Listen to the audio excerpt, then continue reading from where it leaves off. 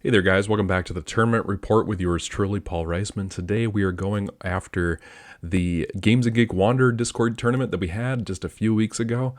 Without further ado, let's just jump right into things. This session brought to you by Odyssey Games for pre-orders and sealed product, CCG Prime for tons of singles and supplies, Cardo Doko for international rulers looking for products, and FowlLibrary.com for articles and wonderful deck lists, as well as our guest lecturer members King Pearlshine, Vite Ramen, Mognite, and Darren Noblock. Class is in session. So first of all, hi, this is a little late. This is a week or so later than I thought it would be out, but let's just say last week, the day that I was going to be publishing this on YouTube, I had a whole bunch of life stuff happen. So life happens as it does. And so this is coming to you a little bit later than I would have liked it to be. However, it's not so old that it's irrelevant. So first of all, let's dip into the number of players we had and the different kinds of rulers that we had as well. So first of all, this is the 2023 April online GP for Games and Geek. We had about 55 players. By far, the number one deck that was represented was Aristella.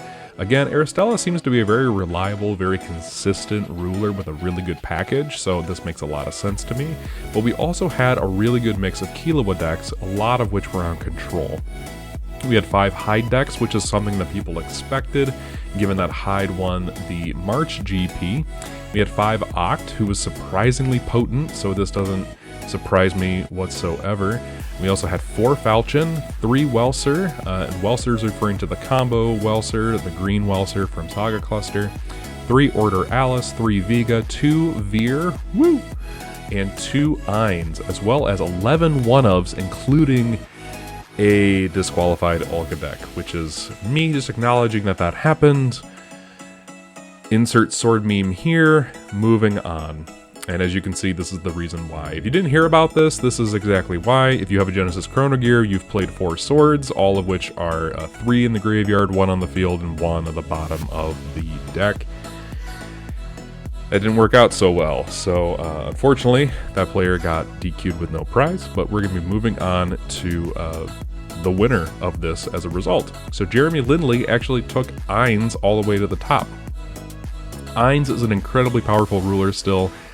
He's got a lot of aggression going for him, and he's only got more gears to play with, so the fact that Ainz is doing so well is not a big surprise to me, but it's a little more of a dark horse pick. You're starting to see things that are relatively standard at this point.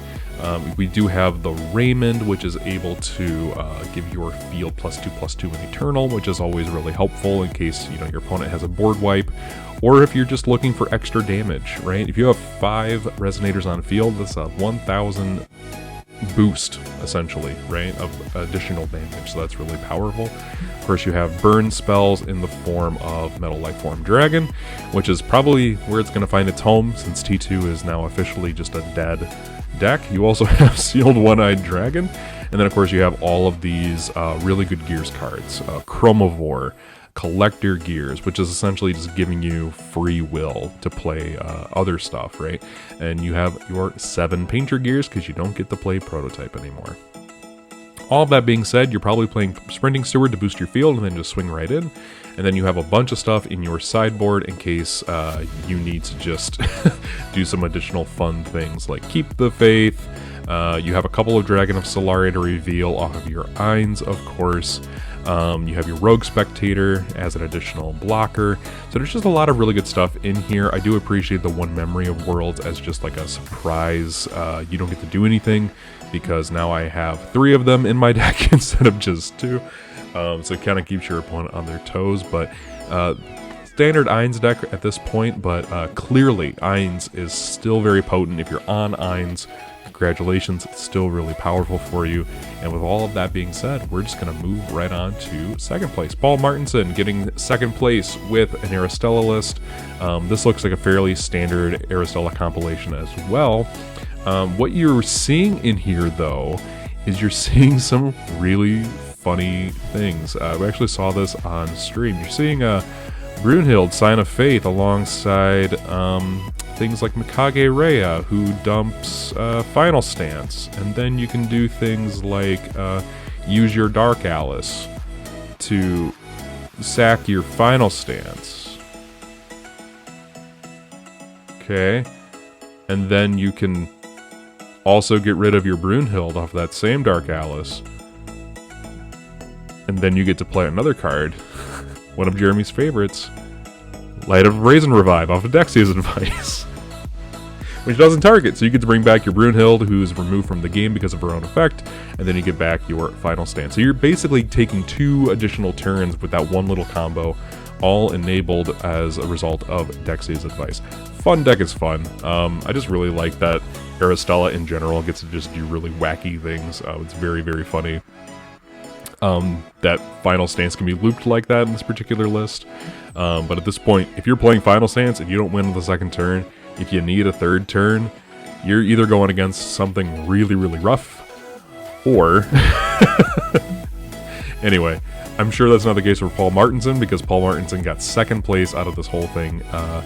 But man, what a fun deck to look at. If you're looking for a fun Aristella build, I would totally build this and have fun with it.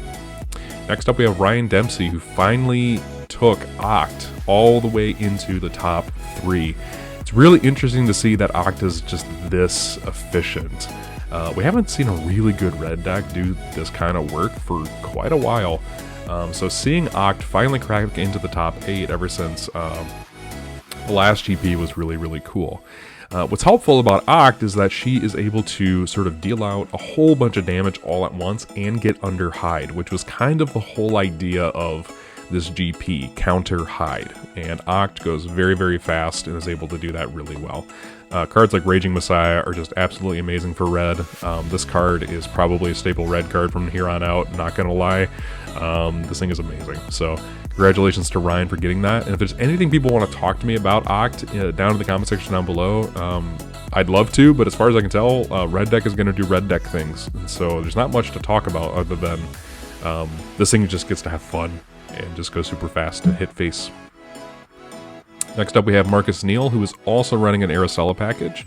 Also very similar in the sense that you are playing things such as your Dark Alice, which comes out alongside your Witch of the Fallen Kingdom, which then grabs your witches from the sideboard, and then you just have game as a result of that. So that's your main win condition.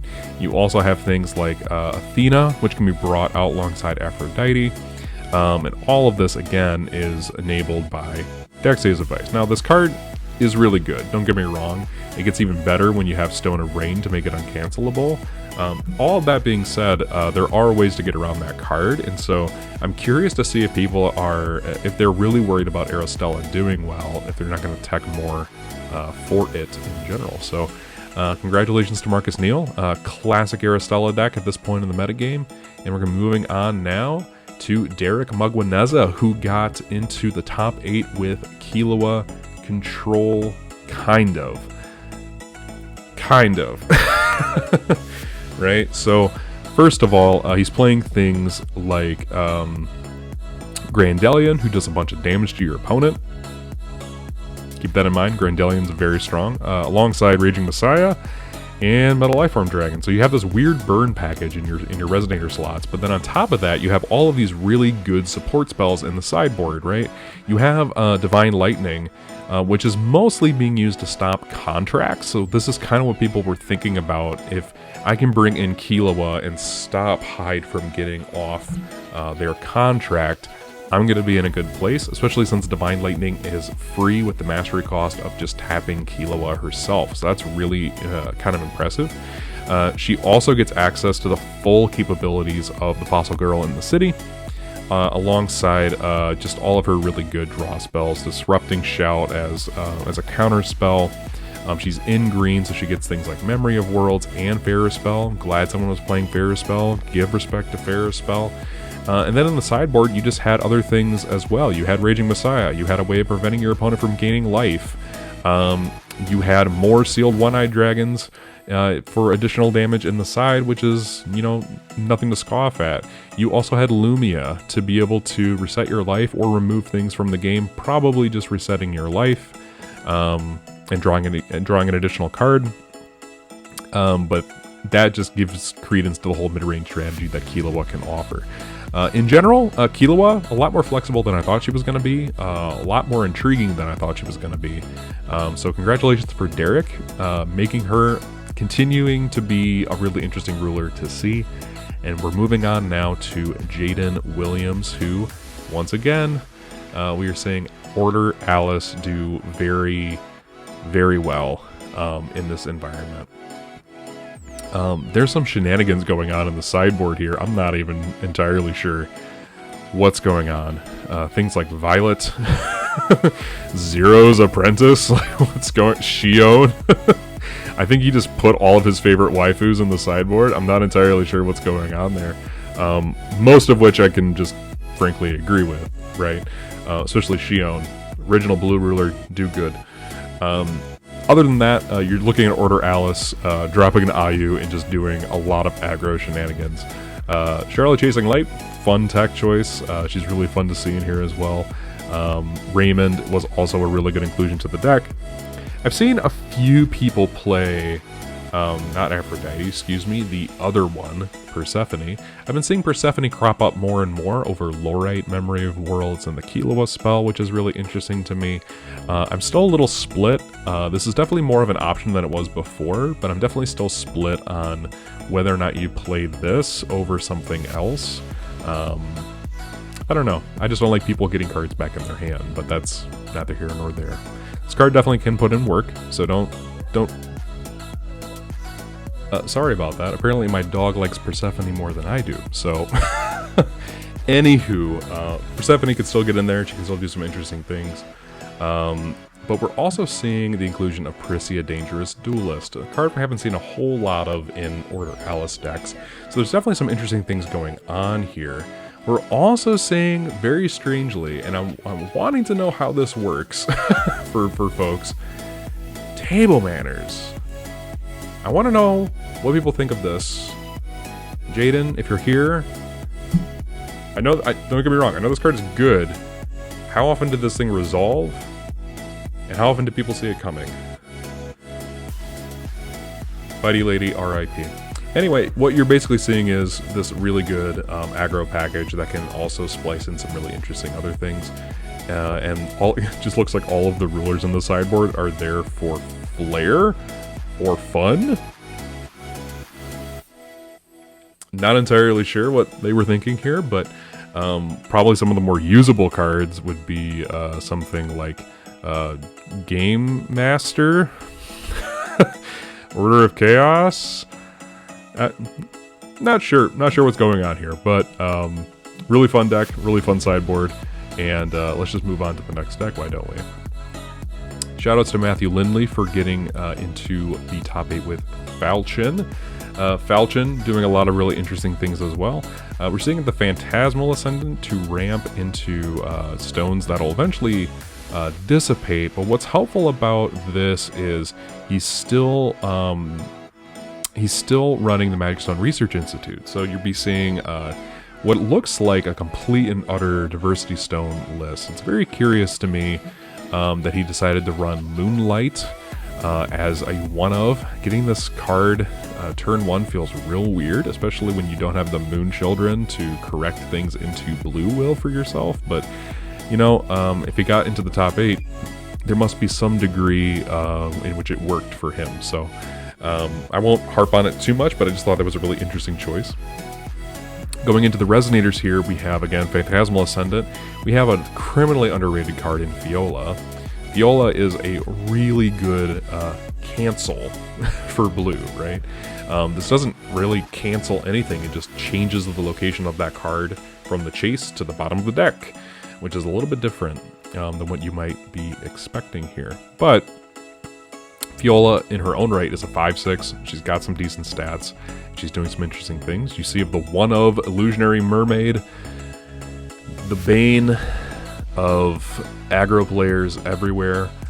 Surprise Oct got through. I did not exactly see how that matchup went, but last time we saw this card against Oct, it didn't go very well for the Oct player. A couple of Mikey to reproduce your additions. your feed sinks for canceling, of course, and the Prisia toolbox engine, which is really great. You can grab your one of which to then go into your other which goes into your pumpkin witch, and then you have game. Of course, you have Aphrodite, and the one of Persephone, which is, I think, also interesting off of Prisia, which is where I see this card having a really interesting niche. Outside of that, really powerful spells in Duet of Light. This card is amazing. Just bring back your stuff, gain 2,000 life, everything gets +4/+4. Very strong. 1 Keep the Faith, 4 Daily Research, and 4 Killua Fossil Girl in the city. Seems like it makes a lot of sense. Spirit Ring is here to make your Fiolas cost less, but also get rid of stuff, which is nice. And then the Illusory Flower of Sorrow to bounce and then maintain a lock on your opponent's board. Super fun. The sideboard is also really interesting. There's a lot of fun stuff going on here, including a silencing spell. You can search it. That's a card. Fun little tech from the Moonlit Savior, let me tell you. The fact that this card can even be played because of Daily Research is absolutely amazing to me. So congratulations to Matt for his play style here. It's absolutely fascinating to see this deck work. And with that, guys, that is all that I have for us today. I did not get a list for the